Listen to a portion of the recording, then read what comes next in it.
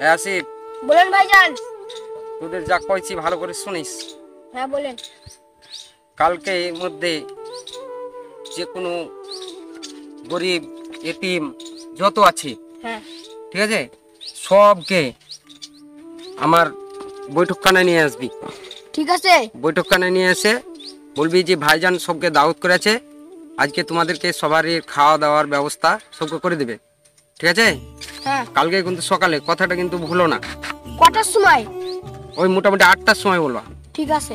ঠিক আছে? যত ইতিম ফকির মিসকিন যত যা আছে সবকে, যাকে দেখতে বলবো তাকাই বলে দিব তো? হ্যাঁ তাকে বলে দিবে যে ভাইজানের বৈঠকখানায় আসতে, সবকে ভাইজান দাওয়াত করেছে, ঠিক আছে? ঠিক আছে।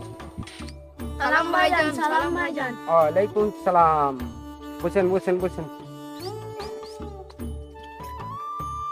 বলেন কি খবর, আপনাদের কি বক্তব্য আছে?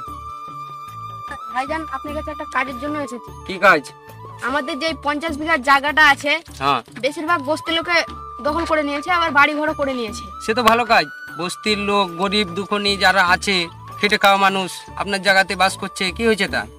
থাক না, অসুবিধাটুকু থাকে। আপনার তো অনেক সম্পত্তি আছে, আপনার 100-150 বিঘা সম্পত্তি আছে, তাহলে ওইটাতে কেন আপনি বারবার যাচ্ছেন? তো ভাইজান যদি আপনি পারতেন জায়গাটা আপনার সরিয়ে দিতে, তাহলে আপনাকে 25 বিঘাটা দিতাম, আমরা 25 বিঘা নিতাম। না না, এই কাজ আমার অসম্ভব। আমি গরিব দুঃখী যারা বস্তিতে থাকে তারা আমার বাপ ভাই, হ্যাঁ, আমি ওদেরকে নিজের জান থেকে বেশি ভালোবাসি। এই কাজ আমার দ্বারাই হবে না, সম্ভব নয়। ভাইজান একবার চেষ্টা করে দেখেন কেন? না, চেষ্টা করে দেখলেও আমি তো করবই না। আর যদি কেউ ভুল করে, যদি ওই জায়গাতে যদি এসে কেউ যদি দাদাগিরি দেখায়, যদি তার কিন্তু রেহাই পাবে না সে ভাইজানের কাছ থেকে, ওই বস্তিতে। এটাই আমার লাস্ট কথা। ভাইজান আসসালামু আলাইকুম। ওয়ালাইকুম আসসালাম। বলেন বলেন, কি খবর ইরাজ ভাই?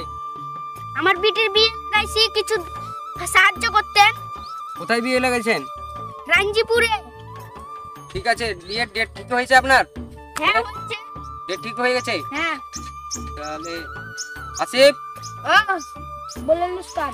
ভাইয়ের মেয়ের বিয়েতে হ্যাঁ যত টাকা খরচা হবে, ঠিক আছে, হ্যাঁ যত টাকা খরচা হবে তুমি দাঁড়িন থেকে ভাইয়ের মেয়ের বিয়ে দিবে, ঠিক আছে? ঠিক আছে। যেন কোনো অসুবিধা না হয়। ঠিক আছে ভাইজান। আর যদি কোনো অসুবিধা হয় তাহলে তুমি আমাকে সঙ্গে সঙ্গে খবর দেবে, ঠিক আছে। ঠিক আছে? আপনি তাহলে এসেন, ঠিক আছে? আমি কি একাই যাব সময় মতো- ভাইজান? হ্যাঁ, তুমি আমাদের সবাইকে নিয়ে যাবে সঙ্গে। ঠিক আছে। আর সময় মতো আপনার মেয়ের বিয়ে হয়ে যাবে, কোনো টেনশন নাই, ঠিক আছে? ঠিক আছে। আপনি আসি একবার, তাহলে ভাইজান। হ্যাঁ, ওয়ালাইকুম সালাম। কালকে একবার দেখা করবে, হ্যাঁ? হ্যাঁ ঠিক আছে।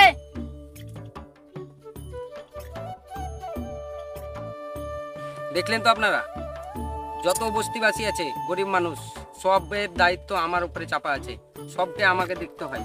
তাহলে আমি ওই বস্তিতে যে কি করে বলবো যে বস্তিটা তোমরা খালি করে দাও, যাদের জায়গা তারা নেবে? এটা আমার দ্বারাই সম্ভব নয়। ভাইজান আমাদেরকে ক্ষমা করে দেন। আপনার আমাদের জায়গাটা আছে, ঝোপড়ি টুপড়ি কেটে একটা বড় বিল্ডিং বানিয়ে দেন। আপনার আমাদের জায়গা আপনি ইনভেস্ট করেন। যত আছে। গরিব দুঃখী মানুষ আছে ওদেরকে ওই বিল্ডিং এ থাকার জায়গা করে দিবেন আপনি। ঠিক আছে, আমি দেখছি। সেরকম হলে বস্তিবাসীর সঙ্গে আমি আলোচনা করে আপনার সঙ্গে একটা ডিল করে নেবো কাগজপাতি, হ্যাঁ, যে ওই জায়গাতে আপনার কোনো দাবি দাবা থাকবে না, ঠিক আছে? দেখেন, গরিব মানুষকে যদি সহযোগিতা করেন, হ্যাঁ, তাহলে উপরওয়ালা আপনার ভালো করবে। আপনার তো অনেক জায়গা জমি অনেক কিছু আছে, তাহলে সামান্য ওই গরিব দুঃখী, জানেন আপনি কত মানুষ না খেয়ে ওই বস্তির মানুষ মারা যায়? আপনি চিন্তা করতে পারবেন না, চোখে জল চলে আসবে যদি ওই বস্তিতে আপনি যান। যদি তো এই প্রস্তাবটা আপনার শুনে খুব খুশি হলাম, ঠিক আছে? আমি বস্তিবাসীর সঙ্গে আলোচনা করব, ঠিক আছে? ঠিক আছে ভাইজান, তাহলে আসি আমরা। আচ্ছা।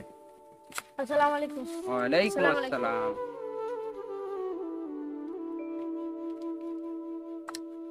আসসালামু আলাইকুম ভাইজান, আমি খুবই বিপদে পড়েছি। ওয়ালাইকুম আসসালাম। কি বিপদ হয়েছে তোমার? বসো বসো বসো, এনে বসো। কি বিপদ হয়েছে? আমার বিপদ হয়েছে, একটা জমি কেনার জন্য আমি টাকা জোগাড় করালাম। হ্যাঁ ওই টাকাটা তো জমি কিনে দেই, রেজিস্ট্রি হয়নি, হ্যাঁ। দিয়েছি টাকাটা, আর জমিটা দেয় না আমাকে, দলিল কিছু দেয় না। কত টাকা দিয়েছিলে? মোটামুটি 5 লাখ। 5 লাখ টাকা দিয়েছিলে? হ্যাঁ। কেউ সাক্ষী আছে? হ্যাঁ সাক্ষী আছে। আচ্ছা ঠিক আছে, তুমি এক কাম করো, ওই সাক্ষীকে আর তুমি হ্যাঁ কালকে আসবা, ঠিক আছে। আমরা দলবল নিয়ে যাবো ওর কাছে, ঠিক আছে? হ্যাঁ কোনো চিন্তা করিও না, তোমার টাকা তোমাকে ফেরত দেওয়া হবে, ঠিক আছে? যাও এসো। আসসালামু আলাইকুম ভাইজান। ওয়ালাইকুম আসসালাম।